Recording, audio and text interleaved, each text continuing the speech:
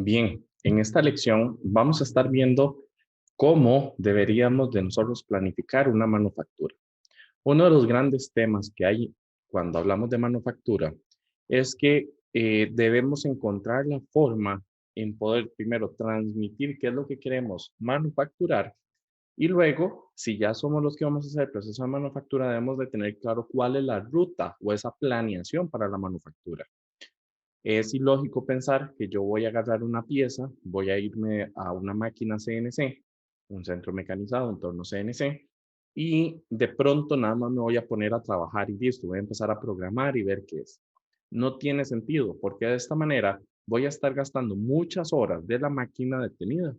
Y si hay algo caro, es tener una de estas máquinas detenida. ¿Por qué? Porque cada minuto cuenta. Es decir, recordemos que programar, hacer todo el tiempo de setup y todo lo que amerita una CNC es sumamente caro, es tiempo. Por lo tanto, nosotros debemos de procurar que antes de llegar a que estar trabajando sobre la máquina, desde antes haber planificado cómo se va a hacer todo ese proceso de manufactura y entonces, ahora sí, ponerlo en marcha. Esto también se debe a la parte de costos. Entre más planificado tenga yo la manufactura y cuándo va a salir una parte a otra, entonces eso me va a eliminar cuellos de botellas, como lo que veíamos en la primera clase. Entonces, lo primero que tenemos que entender es cómo funcionan estos procesos o cómo es que yo puedo especificar esto. Bueno, lo que estamos viendo en pantalla es un ejemplo de un plano hecho correctamente.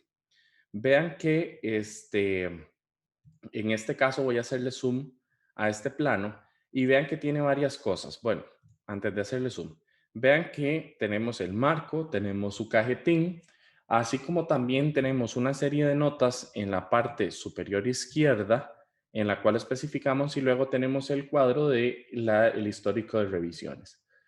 Para los que no sepan, estas marcas que tenemos acá lo que me generan son cuadrantes.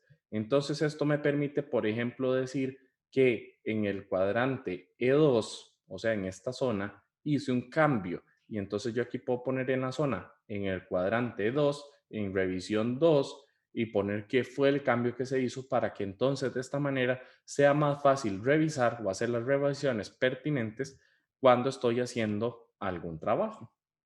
Luego observen, y esto es muy importante, realmente en este plano solo tenemos una vista, que es esta, la vista frontal. Luego de eso tenemos un corte y tenemos un detalle.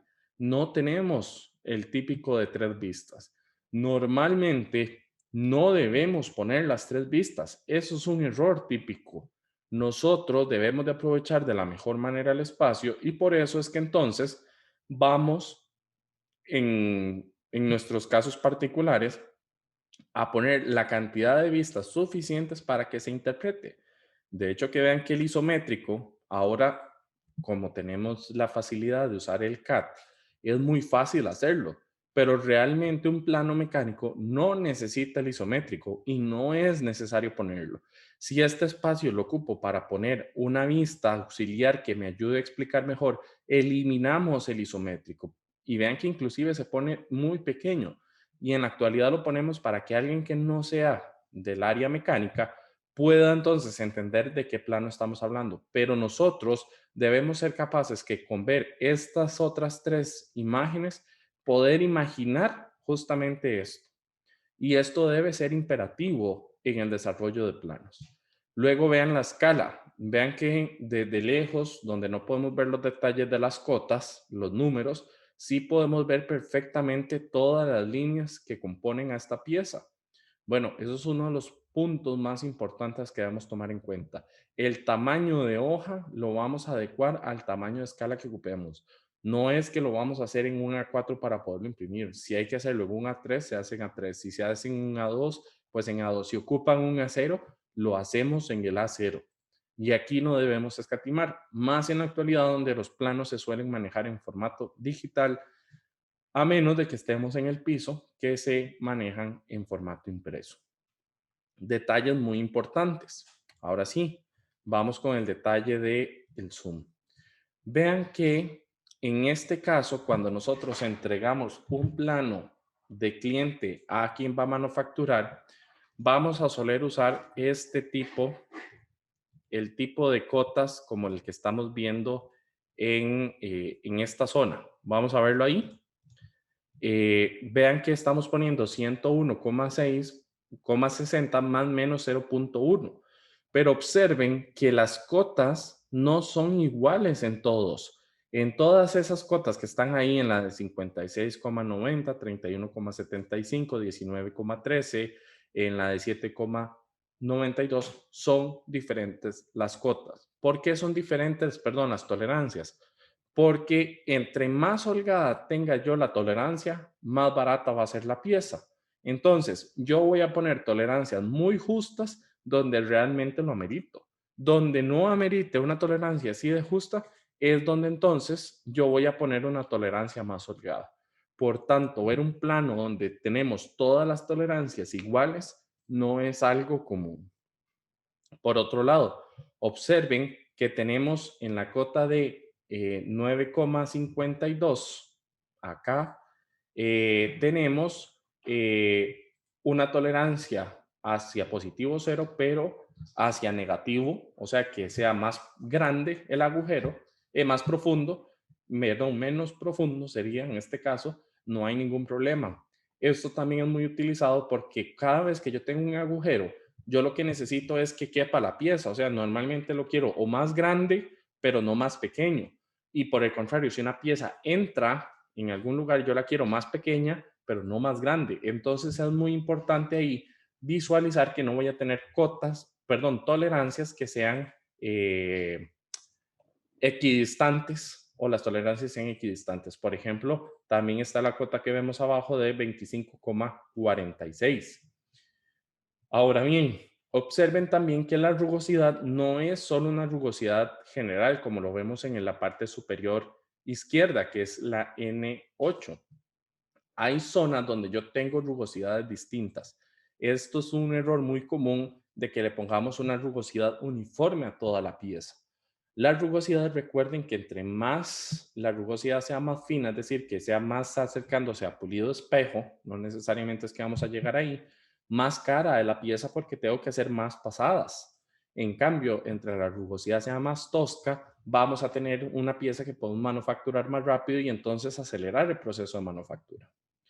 Observen también que tenemos una cota de 80,54 encerrada en un cuadro. Eso es una cota de referencia porque como lo que estamos haciendo es ubicar el centro de dos agujeros, es imposible que nosotros en la vida real con algún instrumento de medición podamos medir directamente de centro a centro. Por eso, ahí es donde vamos a ver las tolerancias geométricas. De hecho, que en el día de hoy ustedes van a ver otro video que corresponde solo a tolerancias geométricas, porque las piezas no solo tienen tolerancias dimensionales, también las geométricas, la forma en cómo va a quedar la pieza va a ser fundamental. Y aquí hay un ejemplo muy claro de eso. Cuando nosotros estamos realizando o desarrollando una parte, o ustedes van a comprar, qué sé yo, la pieza de un carro, ustedes no tienen que llevar las medidas, ustedes nada más piden la parte y saben que se va a acoplar. ¿Cómo hacen para que todas las piezas se acoplen sin importar cuál sea el carro? Justamente dando una correcta o haciendo un uso correcto de las tolerancias dimensionales, geométricas y rugosidades. Por eso es fundamental que nosotros en la parte de manufactura tengamos muy claro eso. Por otro lado, observen que tenemos un detalle. Nosotros debemos aprovechar mucho el uso de detalles, ya que con este detalle, si nosotros acotáramos en el corte, sería muy complicado, porque vean que hay muchos datos. Hay un tipo de rosca, hay una medida, incluso un ángulo. Ahí es donde nosotros hacemos un detalle para poder especificar eso y que las cotas no nos queden muy atiborradas. Detalle muy importante, observen que, por ejemplo, todas las cotas de que salen desde el, digamos, donde está B, al lado derecho, en la pieza en el corte, vean que todas las cotas nacen desde el mismo plano. Esto es una práctica que se suele hacer mucho, ya que esto nos permite tener el mismo punto de referencia. y no tener puntos móviles y que cuando hagamos una transformación de cotas, las partes no se nos, por decirlo así, las medidas sean las que nosotros realmente queremos. Sin duda alguna, este es un plano que nos muestra muy claramente cómo es que deberíamos de hacer un plano correctamente. Y de esto podríamos sacar mucho, mucho de qué hablar. Es, aquí es donde viene la parte importante de que en ustedes, cada vez que se sienten a hacer un plano, tengan las normas, en el caso de Costa Rica, las normas INTECO, que nos permiten definir qué podemos hacer y qué no. Y no solo eso, recuerden todas las buenas prácticas que teníamos de dibujo industrial. Teniendo claro este plano, lo que seguiría, que es muy importante, es entonces cómo vamos a manufacturar las piezas. Justo la semana pasada estuvimos viendo cómo desarrollar una pieza en Inventor, en este caso, porque es la herramienta que estamos usando en el curso, haciendo todos los procesos de manufactura que vamos haciendo. Bueno, eso nos adelanta trabajo porque ya podemos ir haciendo estas figuras, estos croquis, de una manera más sencilla. Ahora, esta hoja de fases de maquinado, lo que nos dice es cuál es el orden de las operaciones que tenemos, dónde vamos a hacerlas, ¿verdad? Vean que está marcando, así como también nos está diciendo cualquier tipo de montaje específico que tenemos que usar. Por ejemplo, aquí nos está diciendo que vamos a usar unas muelas suaves, aquí nos está diciendo que también muelas suaves y aquí simplemente nos está diciendo también el par de apriete que necesitamos en la prensa para poder hacerlo. Si observan acá, hay una serie de ítems que estamos marcando. Esto se deriva del plano por fase. ¿Qué es el plano por fase? O sea, para esta fase yo tengo que dibujar un plano. Para esta otra fase, otro plano. Para esta fase, otro plano y para esta fase, otro plano. ¿Y cómo se verían esas fases?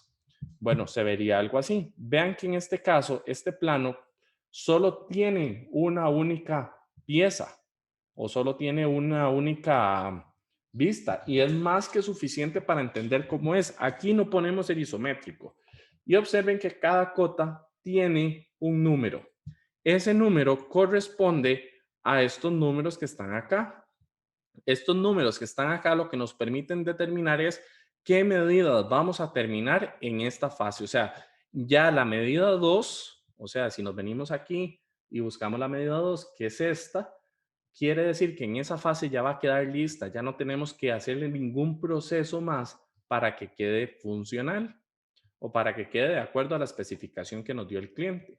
Observen también que en este caso ya no ponemos las tolerancias con más menos, sino que ponemos los límites superiores e inferiores. Esto se debe a que cuando el técnico o la persona que está al pie de máquina está haciendo las mediciones, o sea, haciendo el control de calidad, él simplemente no tenga que hacer cálculos, es decir, le estamos quitando ese error humano de que yo mido con el vernier y me da, por ejemplo, estoy midiendo la medida 4 y me da 56, qué sé yo, 90. Vuelvo a ver, está dentro del límite, está dentro del límite. Ya no tuve que hacer ningún cálculo y esto nos facilita. Observen que esto es en los planos de fases. Si yo tengo que mandar el plano a alguna empresa que lo haga, tengo que hacerlo como lo hicimos al principio. Aquí en este caso, observen que voy a poner tantas cotas, pero vean, por ejemplo, esta otra cota que está acá. Esta pieza o este ancho no voy a terminarlo acá. Entonces lo que estoy poniendo es que debe ser de 6,12 como mínimo de espesor. Si queda más grande, no hay ningún problema. Pero esta medida en esta fase no la estoy terminando. Observen que también aquí estoy finalizando esta rugosidad, también cumple con las tolerancias geométricas y esta marca aquí que dice SR es tal cual está, o sea, aquí no voy a tocar esta pieza. Detalle muy importante, vean que todas estas cotas están referenciadas al plano que yo voy a hacer de primero. Esta es una pieza de revolución. Aquí inclusive en las fases dijimos que íbamos a usar un torno CNC. Quiere decir que yo estoy prensando la pieza desde esta, las muelas están en este lado y yo lo primero que voy a hacer es referentar esta cara. O sea, esta es mi cara referencia para todas las medidas que me vaya a mover yo en este Z del torno, ¿verdad? Entonces, vean que todas las medidas las hago referenciadas ahí porque yo sí puedo medir de esta cara que ya terminé hacia el resto. Entonces, aquí hay un detalle muy importante. Este plano tenemos que dibujarlo de acuerdo a cómo lo vamos a montar en la máquina. Y la primera cara que nosotros marcamos como de referencia, es decir, donde hacemos el planeado de la CNC, de la fresa, donde hacemos el refrentado en el torno, es de donde vamos a marcar todas las diferentes cotas para tener las medidas y que estos siempre se mantengan constantes. Una vez que ya hicimos un plano para cada una de estas fases, entonces ya ahora sabemos en qué máquinas voy a ir poniendo yo todas mis piezas. Una forma sencilla de saber cuándo cambio de fase es en el momento en que yo deba soltar la pieza de su prensa o de su fixture, en ese momento hago un cambio de fase, por decirlo así. Vean que en esta yo la tenía prensada aquí atrás, las muelas van aquí atrás. Una vez que ya hice todo esto, necesito darle vuelta para poder terminar esta cara. En ese momento en que la estoy soltando, aunque la meta en el mismo torno y le dé vuelta, en ese momento estoy cambiando de fase. ¿Por qué? Porque perdí mi punto de referencia, que era la cara que tenía aquí al lado y tengo que volver a hacer el 00 de la máquina. Entonces, ahora, si ya sé qué tengo que hacer, cuáles son las fases que tengo que hacer, ahora lo que tengo que ver es dividirlo por procesos. Vean que en este caso yo aquí primero haría un cilindrado que haga más o menos toda esta forma. Después de hacer el cilindrado, yo tendría que hacer, por ejemplo, esta rosca. Tendría que terminar las superficies que van a diferentes medidas.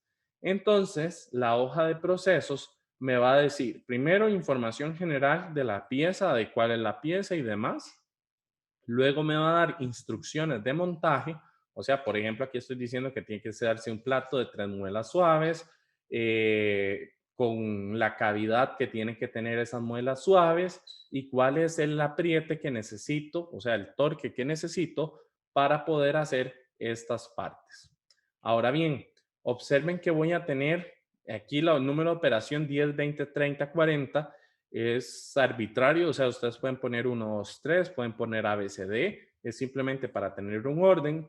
Y como estoy trabajando para un torno CNC, es lógico tener la velocidad de corte, el avance, el número de la herramienta, si tiene un carrusel de herramientas, puedo tener las RPMs que voy a necesitar. Estos son los parámetros básicos que yo necesito para programar en la CNC.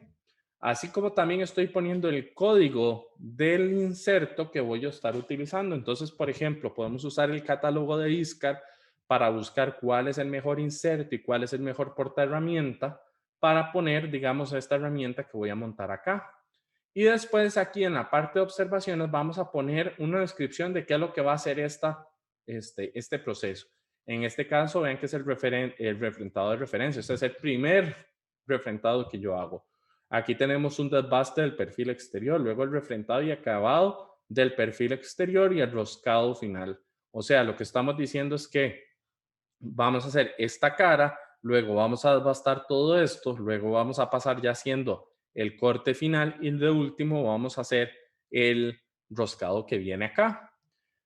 ¿Por qué es importante esto? Porque esta es la guía que nos va a ayudar a la hora de que estemos programando y no tener que estar calculando cuáles son las velocidades. ¿Cómo se estima todo esto? Bueno, como se vio en procesos de manufactura, cómo se calculaba la velocidad de corte, la velocidad de avance para los distintos materiales. Recuerden que no es lo mismo cortar acero inoxidable que cortar aluminio. Entonces, para eso debemos calcular esto. En el Machinery Handbook, que ustedes ya deberían de tener, este tipo de cálculos aparecen en sus secciones donde podemos hacer las estimaciones de manera más sencilla. Ahora, importante, me voy a devolver. Tenemos el plano que nos entrega el cliente. Tenemos la división por fases que tenemos. Una vez que tenemos las fases, por cada fase vamos a tener un plano.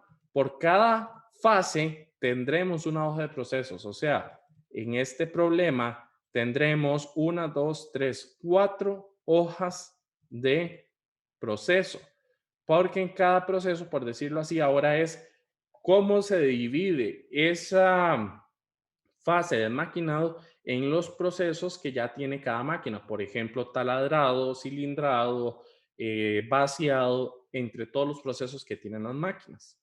Ahora, no es lo mismo trabajar con una impresora 3D donde los datos que yo tengo que programar son menos y entonces casi que en una fase queda lista la pieza.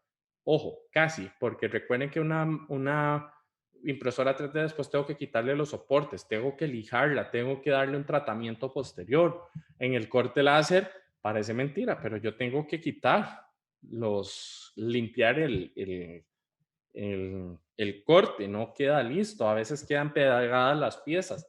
Todos esos detalles tenemos que contabilizarlos cuando hacemos una hoja de proceso. Ahora, puede que yo tenga una única fase. Si tengo una única fase, pues solo voy a tener una única hoja de procesos. Eso no es problema. Ahora bien, tenemos la hoja de control de proceso. En la hoja de control de proceso vamos a poner cuáles de estas medidas vamos a controlar. ¿Por qué? Porque en este caso yo quiero que mi pieza quede dentro de algún rango específico que es la especificación que me dio el cliente. Es por ello que voy a poner el límite superior e inferior de donde puede estar la medida. ¿Cuál instrumento de medición vamos a hacer? Y la frecuencia. En este caso, ven que es cada 10 piezas, aquí es cada 20, aquí es cada 3 piezas, etcétera. ¿Cómo hacemos esto? Evaluando estadísticamente. Es decir, con los procesos estadísticos podemos determinar cuál es la población y de esa población cuál sería la cantidad de muestra para poder entonces, ahora sí, calcular cada cuántas piezas debo medir. Y este registro es para ir anotando la medida que se va tomando. ¿Por qué es importante esto? Porque esto me permite que de pronto en la pieza 30 estoy viendo que se salió de especificación, entonces sé que tengo que revisar entre la 20 y la 30 cuándo fue que perdí la especificación, desechar eso y entonces volver a procesar material para obtener la medida. Este tipo de hojas, vean que también tiene información sobre el tracking que lleva la pieza. Finalmente, vamos a tener una hoja de presupuesto, la cual nos permite determinar cuánto va a ser el costo de la fabricación. De hecho, que esta hoja de presupuesto es un ejemplo de cómo o de cuándo debemos iniciar o antes de iniciar a hacer todo, cualquier cosa, debemos calcular. Por ejemplo, poner las fases, cuánto va a ser el tiempo que se dura en preparar la máquina, o sea, el tiempo de setup. Vamos a tener el tiempo de preparación para la parte, que es diferente, o sea, es cuando yo meto y saco la pieza, el tiempo de carga y descarga, el tiempo de maquinado, el tiempo de rebabeado e inspección, cuánto va a ser la suma de esos tiempos y entonces ya con eso podemos calcular el costo de cada fase. Esto es un ejercicio muy interesante que vamos a estar viendo para la próxima semana. Para esta semana, parte de lo que ustedes deben de hacer es hacer sus propios formatos de las fases de maquinado, su propio formato de hoja de proceso y su propio formato de hoja de control de proceso, el cual deben hacerlo. Pueden hacerlo en Excel, es simplemente hacer el formato en el cual ustedes van a poner la información que ustedes consideren que es más útil para trabajar en torno o fresadora CNC.